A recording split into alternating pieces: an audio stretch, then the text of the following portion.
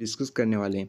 जो यहाँ पर देख सकते हैं कि सभी इस बार के एसएससी एग्जाम्स के अंदर से लिए गए हैं, जो कि बहुत महत्वपूर्ण रहने वाले हैं और आपके जीके जीएस का स्कोर अच्छा खासा इंक्रीज कर सकते हैं इस बार की होने वाली एसएससी एमटीएस की एग्जाम्स के लिए। और इसकी कंप्लीट पीडीएफ लिंक आपको कमेंट बॉक्स में मिल जाएगी, वहाँ से आसानी से इसकी पीडीएफ डाउनलोड कर सकते हैं। अगर आपने इस वीडियो को लाइक नहीं किया तो वीडियो को लाइक कर दीजिएगा और चैनल को सब्सक्राइब कर लीजिएगा। तो आपका पहला क्वेश्चन है कि सीके नायडू ट्रॉफी का संबंध किस खेल से? बहुत महत्वपूर्ण क्वेश्चन है आपका। सीके नायडू ट्रॉफी का संबंध आपके क्रिकेट खेल से, किससे? आपके क्रिकेट खेल से। आपका अगला क्वेश्चन है कि भारत की जनगणना 2011 के अनुसार निम्नलिखित में से किस केंद्र शासित प्रदेश की साक्षरता दर सबसे कम है? तो आपके सबसे कम साक्षर आपका केंद्र शासित प्रदेश है दादरा नगर हवेली। कौन सा? आपका दादरा नगर हवेली सबसे कम साक्षर यूटी है। वही सबसे अधिक आपकी लक्षद्वीप की हो जाएगी। आपका अगला क्वेश्चन है कि निम्नलिखित में से किस शासक को सातवां वंश का सबसे महान राजा माना जाता है तथा उसका वर्णन शंकों, यवनों और पल्लवों के विनाशक के रूप में किया जाता है? तो गौतमीपुत्र सातकर्णी वो आपके प्रमुख शासक होंगे। किसके? आपके सातवां वंश के सबसे प्रमुख शासकों में। निम्नलिखित में से किस जंतु के मुंह के चारों ओर सर्प शंखों का दर्शन पुटक स्थित होता है? तो आपके एडेम सियाम के आपके किसके? आपके एडेम सिया के आपके मुंह के चारों ओर, आपके एडेम सिया के मुंह के चारों ओर। आपका क्वेश्चन है कि 2023 में भारत सरकार ने coding, AI, robotic, mechatronics, IoT, 3D printing, drone और सॉफ्ट स्किल जैसे नए युग के पाठ्यक्रमों को कवर करने हेतु अगले 3 वर्षों के दौरान लाखों युवाओं को कौशल प्रदान करने के लिए प्रधानमंत्री कौशल विकास योजना का शुभारंभ किया। देखिए कितना बड़ा क्वेश्चन है, यहाँ पर सीधा पूछा जा सकता है कि प्रधानमंत्री कौशल विकास योजना का शुभारंभ कब किया गया था? तो आपकी योजना थी कौन सी? प्रधानमंत्री कौशल विकास योजना 4.0। कौन सी? आपकी 4.0 आपकी चौथी पंचवर्षीय आपकी चौथी प्रधानमंत्री कौशल विकास योजना शुरू की गई थी। कौन सी? आपकी 4.0। तो आपको यहाँ पर डायरेक्ट पूछा जा सकता है कि कौन सी आपकी प्रधानमंत्री कौशल विकास योजना है, लेकिन क्वेश्चन को बड़ा यहाँ पर किया गया जानबूझ के, क्योंकि आपके क्वेश्चन हार्ड बन सके।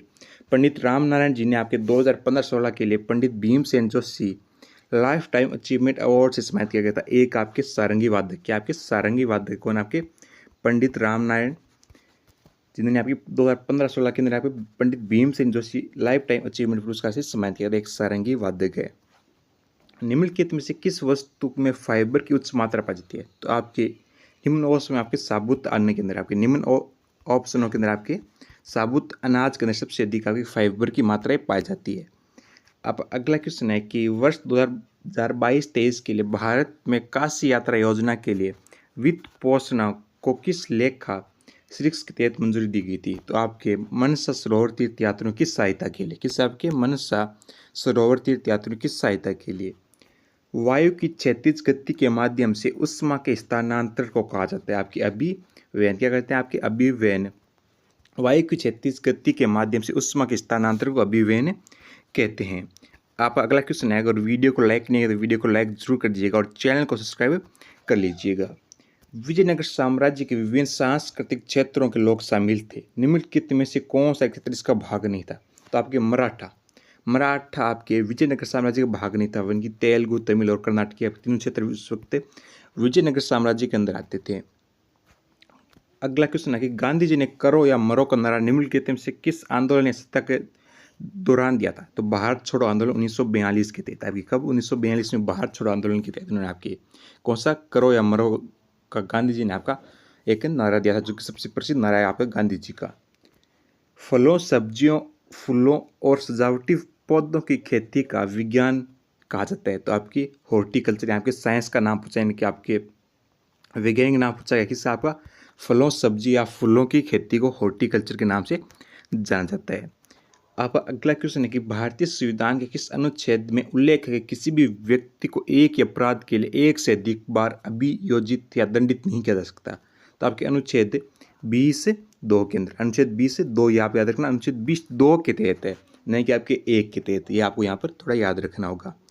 आपका अगला क्वेश्चन है कि निम्नलिखित में से कहाँ विशाल स्नागार पाए गए थे? तो आपके मोहनजोदड़ो के अंदर। आपके हड़प्पा सभ्यता में कहाँ? आपके मोहनजोदड़ो के सबसे विशाल स्नागार पाए गए थे।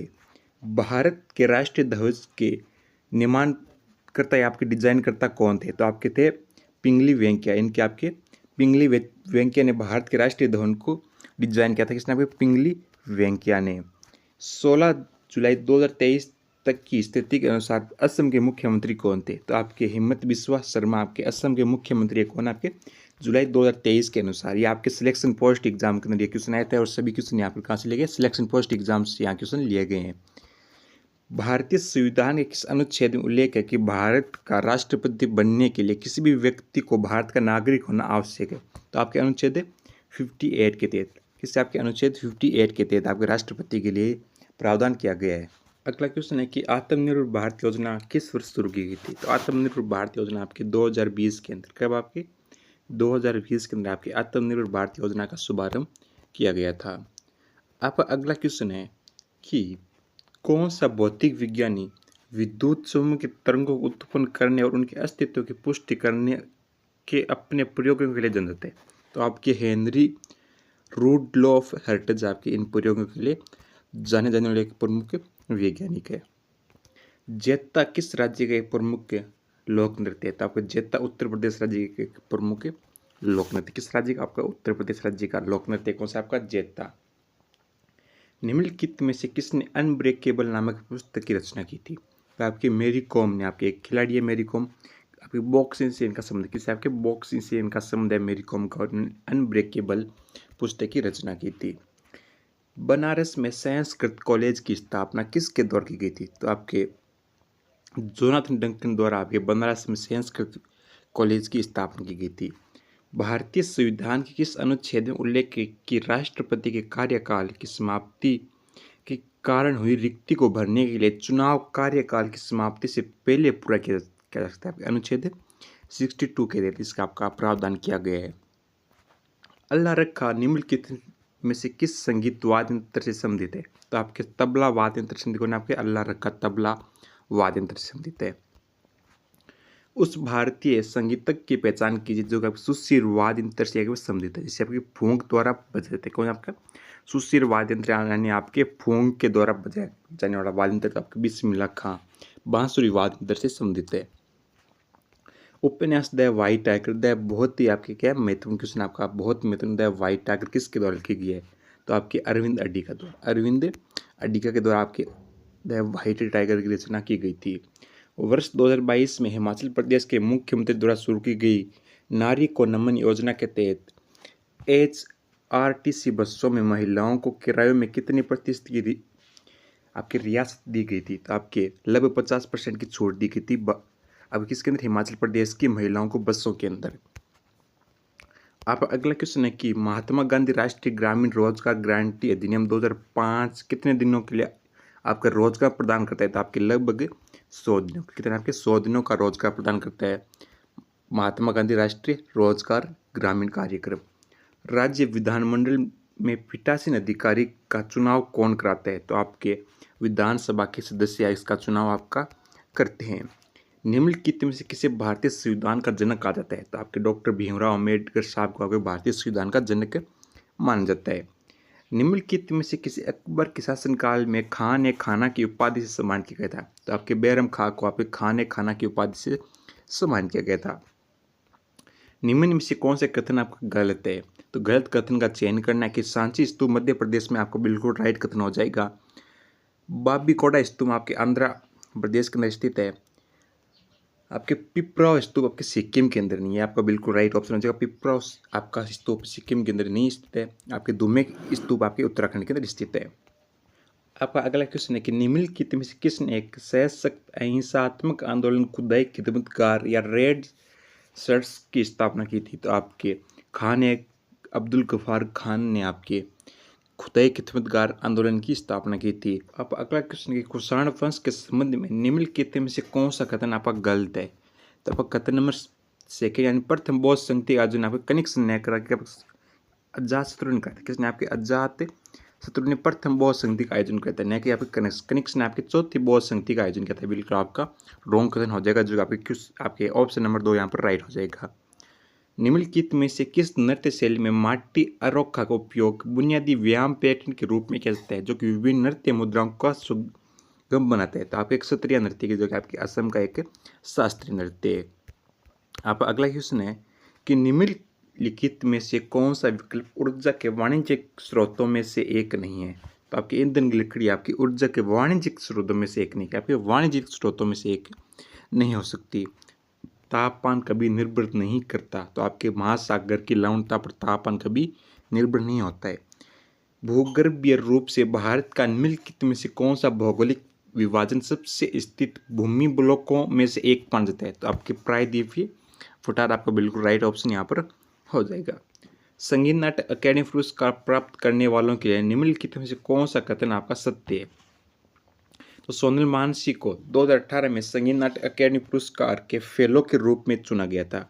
कथन नंबर आपका 1 है। कथन नंबर 2 आपका जनित गोस्वामी को 2018 के संगीत नाट्य अकेडमी के फेलो के रूप में चुना गया। कथन नंबर 3 आपका कि राधा श्रीधर को कथक के क्षेत्र में उनके योगदान के लिए 2018 में संगीत नाट्य अकेडमी पुरस्कार मिला था।